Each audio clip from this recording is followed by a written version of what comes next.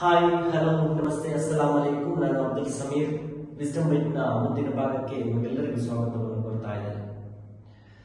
ನಾವು ಭಾರತದಲ್ಲಿ ಸ್ವಾತಂತ್ರ್ಯೋತ್ಸವವನ್ನು ಬಹಳ ವಿಜೃಂಭಣೆಯಿಂದ ದೇಶದಾದ್ಯಂತ ಆಚರಿಸಿದ್ದೇವೆ. ಸರಿಸುಮಾರು 200 ವರ್ಷಗಳ ಕಾಲ ಆಳಿದಂತಹ ಬ್ರಿಟಿಷರು 1947ರಲ್ಲಿ ಅವರನ್ನು ನಾವು ಭಾರತದಿಂದ ಓಡಿಸಿದೆವು.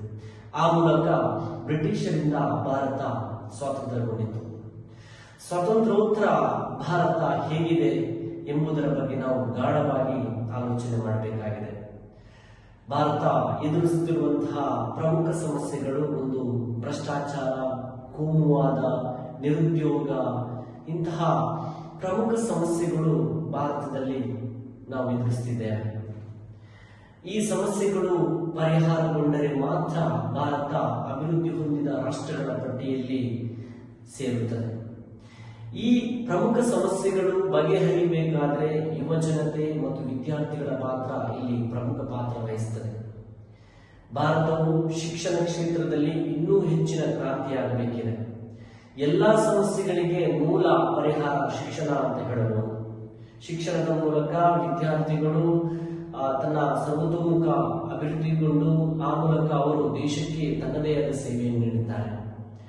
ಒಂದು ಕಡೆ ಇನ್ನೊಂದು ಕಡೆ ಜಾತಿ ಧರ್ಮಗಳ ಜಗಳ ಇವುಗಳು ಕೂಡ ಪರಿಹಾರ ಆಗಬೇಕಾದ್ರೆ ಒಂದು ಒಳ್ಳೆಯ ಶಿಕ್ಷಣ ನಮ್ಮ ಯುವ ಜನತೆಗೆ ಸಿಗಬೇಕಾಗಿದೆ.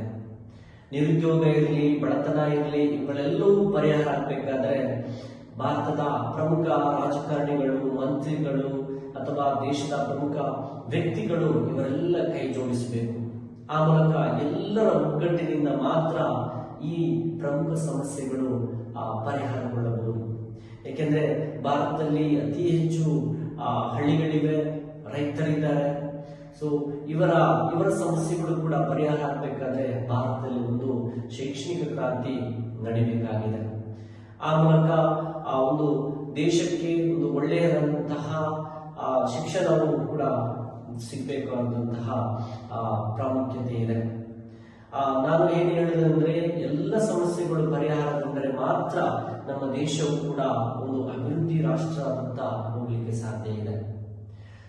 ಈ ಏನಿದೆಯೋ ಈ ದೇಶದ ಪ್ರಮುಖ ಆಸ್ತಿ ಏನು, ರೈತರು ಅಥವಾ ಯುವಜನತೆಯ ವಿದ್ಯಾರ್ಥಿಗಳು ಇವರೆಲ್ಲ ಕೈ ಜೋಡಿಸಿದರೆ ಮಾತ್ರ ನಮ್ಮ ದೇಶದ ಪ್ರಮುಖ ಸಮಸ್ಯೆಗಳು ಪರಿಹಾರಗೊಳ್ಳಬಹುದು ಎಂದು ಹೇಳುತ್ತಾ ನನ್ನ 2 ಮಾತನ್ನು ಇಲ್ಲಿಗೆ ಮುಗಿಸ್ತೇನೆ.